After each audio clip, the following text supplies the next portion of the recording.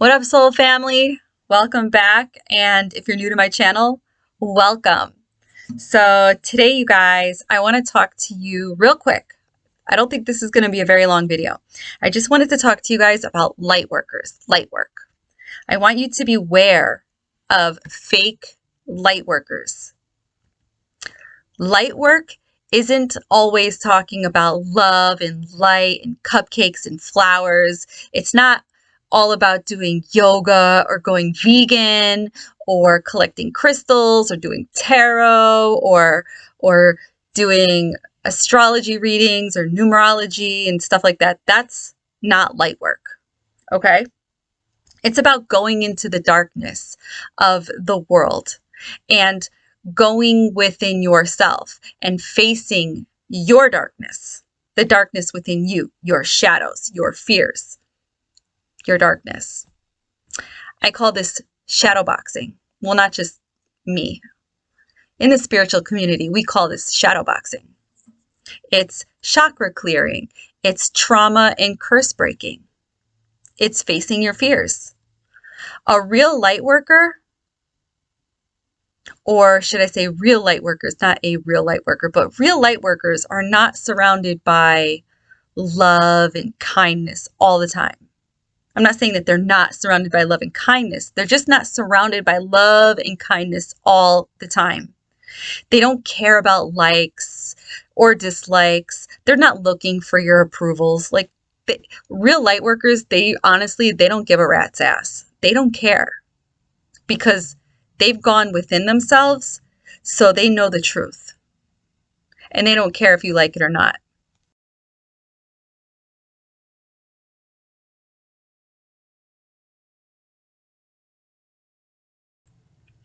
If you come across the perfect person or a person who claims that they're a light worker and they seem like they're perfect and they have rainbows flying out of their ass and they're smiling all the time and they always have safe conversations with you, they are not light workers. They are not light workers. They are most likely energy vampires. And you need to be aware of people like that. They're the ones, those fake light workers are the ones that actually need a light worker in their life. They need the healing. And they need the healing the most.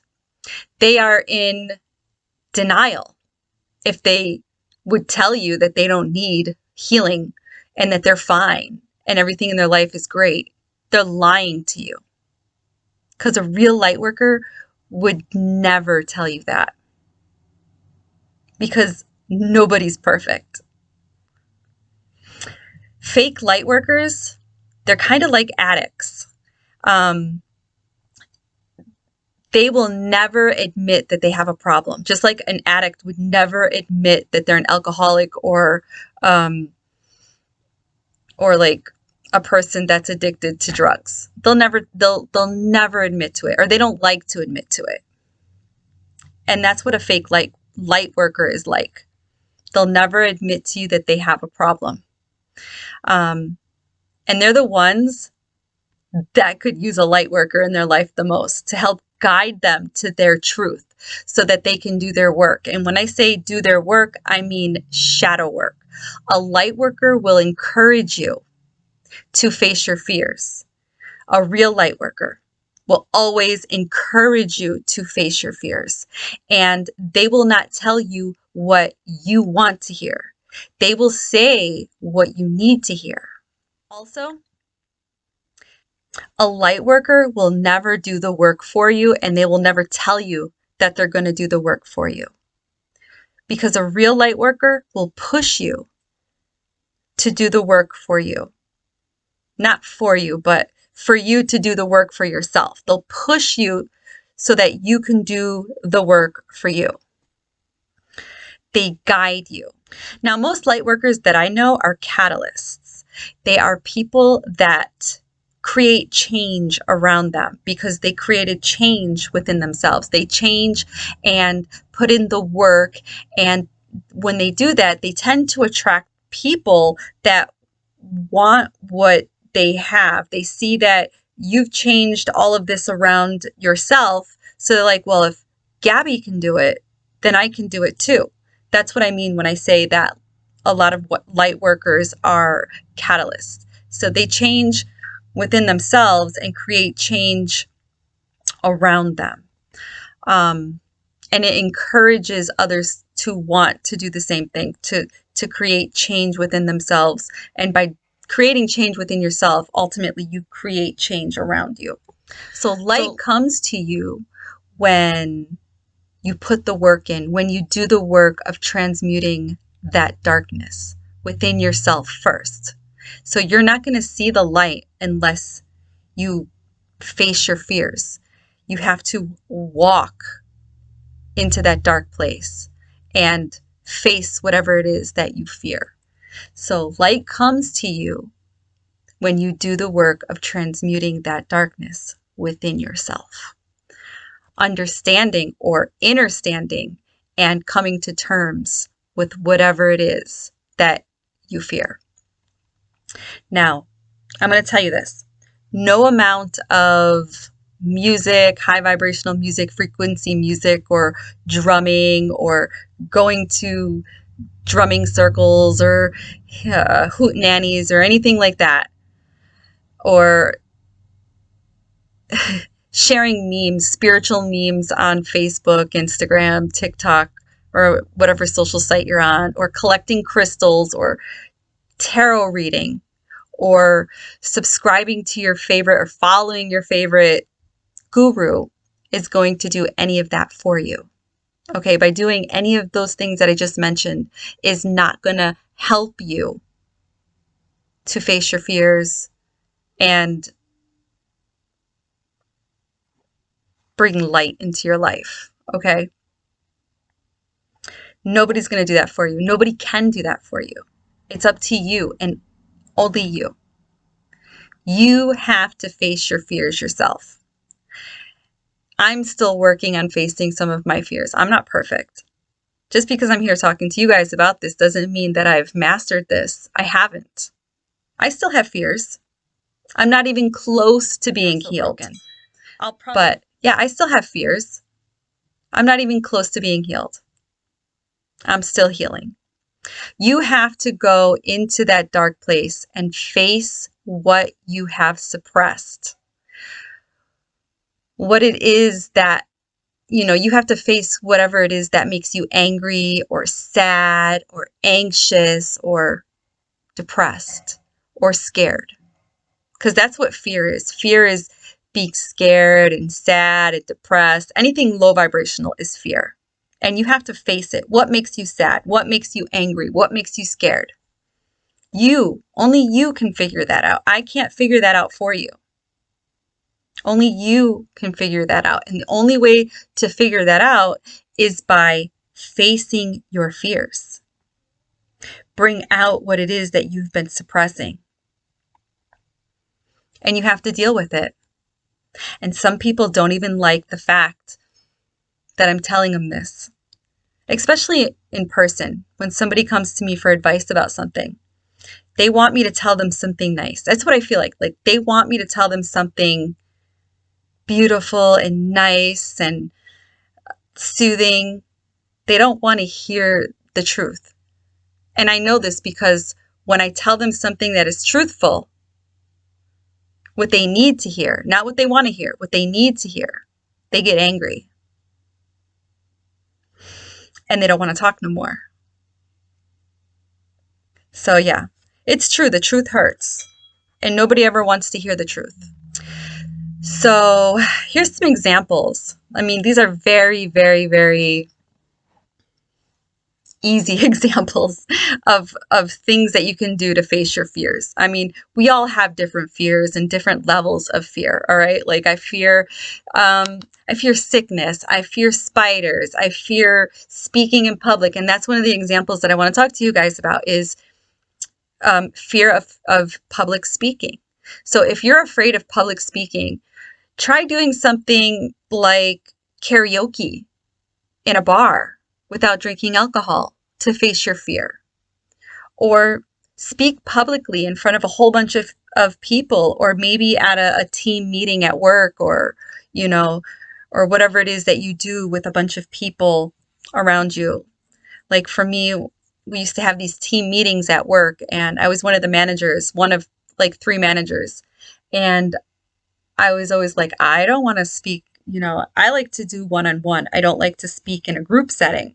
And, it's like, oh, who do I talk to? Who do I look at? Oh my God, everybody's looking at me. What if I stutter? I do stutter a lot, especially when I get really nervous, I start to stutter.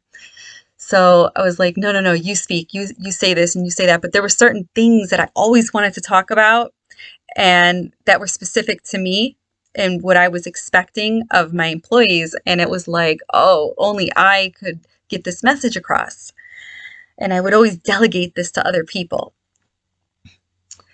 But one of the ways of facing my fear was just pushing myself and just doing it, like not even thinking about it, just like, okay, this is something I got to do, and just do it. And it was honestly, you guys, it was honestly not that bad. While I was doing it, I wasn't really even scared. I don't even know what I was scared of. I felt empowered, actually. Doing the karaoke, now that was another different level of facing my fears, because it's like, oh, my voice is going to crack. I can't hit those notes. I'm not a singer, especially when I would do songs with my husband, because my husband actually sings professionally. I'm like, I'm not going to duet with you. I suck. But I faced my fears and I've done it. Now, will I do it again? The karaoke? Yeah, probably, because it's something fun. And if I'm in the mood, yeah, I'll do it, because I've done it to face my fear. If it's speaking in public, will I do it again? Yeah, if I have to, if it's necessary. If I have a choice, probably not. But if I have no choice and it's something that has to get done, am I going to run away from it? Nah, I'm just going to do it. It's because I've already faced those fears and I pushed myself to do it. And I don't even know what I was really afraid of, because when I actually got up there and started speaking, it wasn't even that bad. Same thing, when I got out there and started singing, it wasn't really even that bad, So just face your fears, you guys.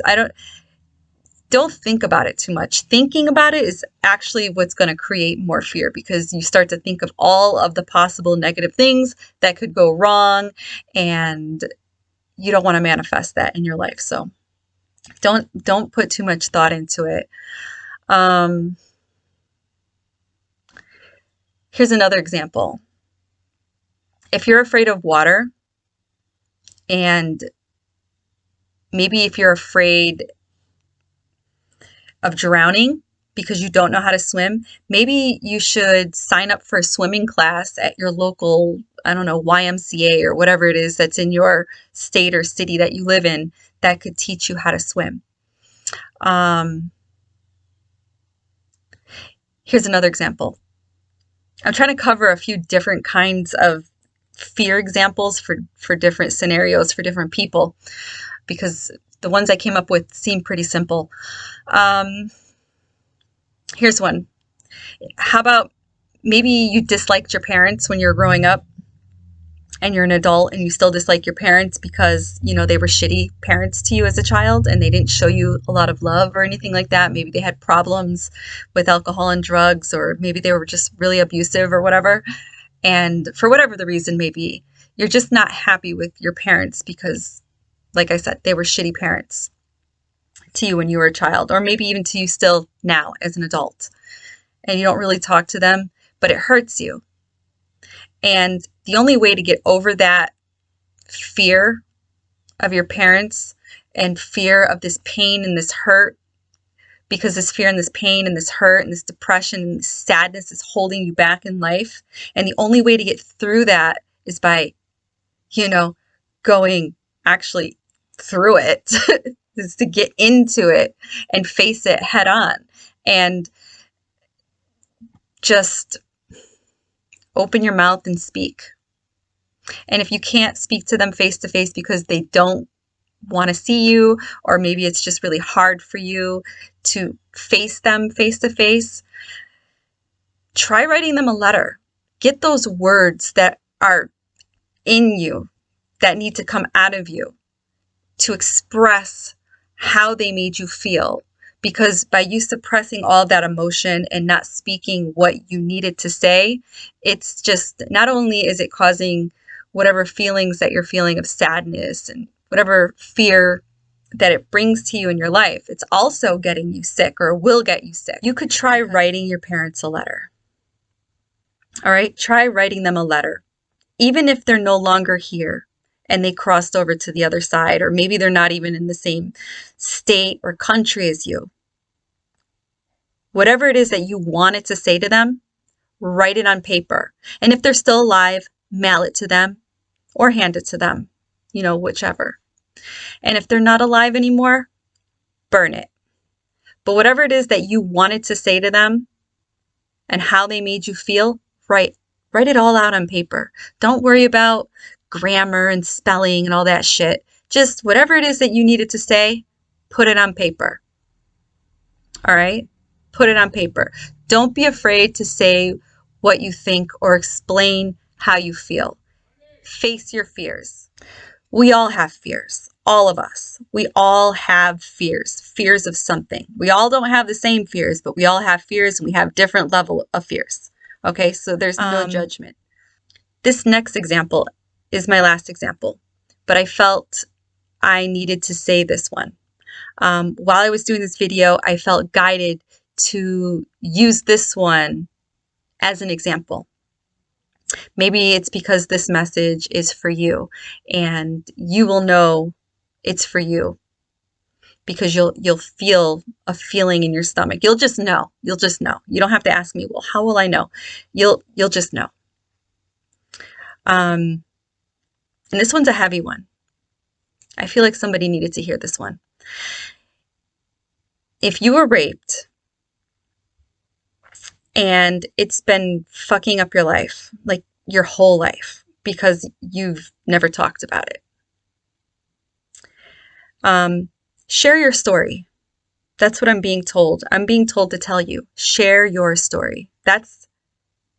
By doing that, that's going to help you face your demons, shadow box, face your fears, walk into that dark story of your life. Face your fears. Tell someone close to you that you trust, that you love, what has happened to you. Express to them how it made you feel. Just open up to them. And if you don't have a person like that, write it out on paper and then read it out loud to yourself, because you need to hear this. Or I'm being told maybe you should consider talking to a group of kids about rape in general and share your story. Your story, as scary as it is, could actually help someone that was or is in your shoes. And you can actually save their life. It may help them by empowering them to speak up or stand up for themselves, or bring awareness to their realm about, the danger of trusting the wrong people. Show them and tell them they have nothing to be ashamed of. That was kind of like a mini channel that came through as I was creating the content to do this video. I was going to wrap up my very simple examples, and then I just heard a message come in about rape and that you needed to share your story. And by sharing your story, it's going to help you face your fear, and it's going to help you to heal. And if this message was for you, you don't have to tell me that it was for you.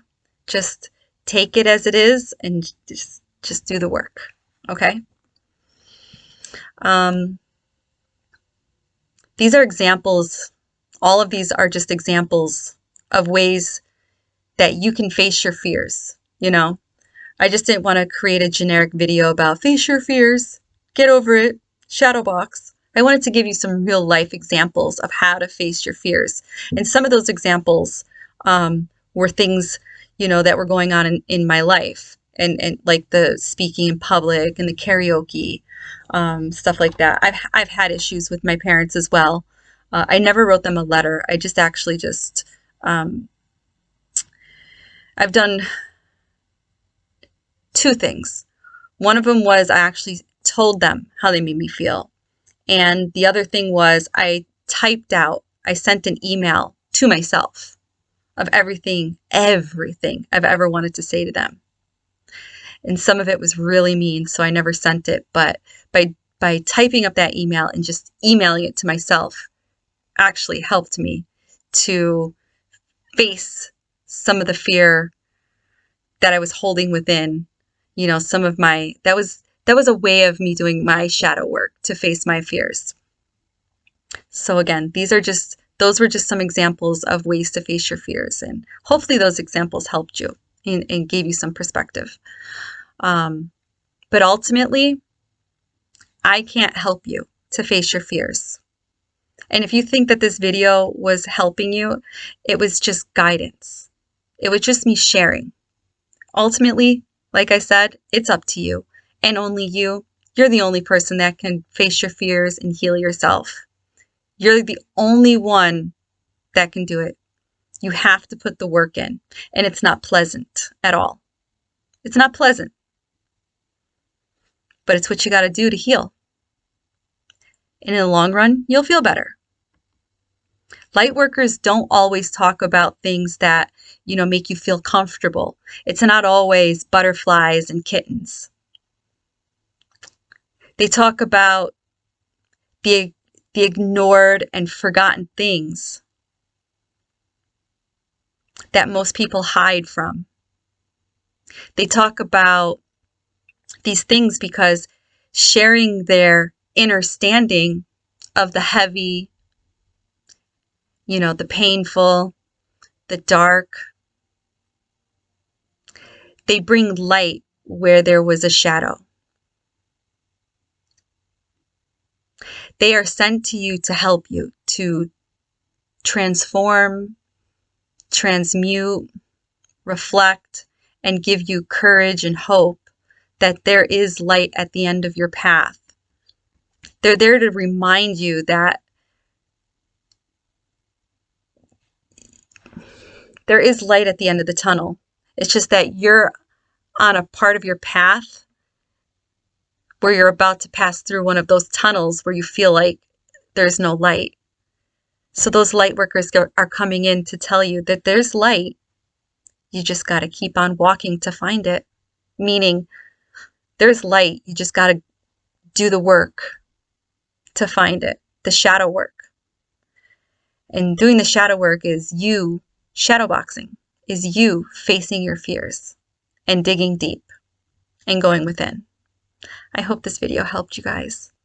I love you. Mwah.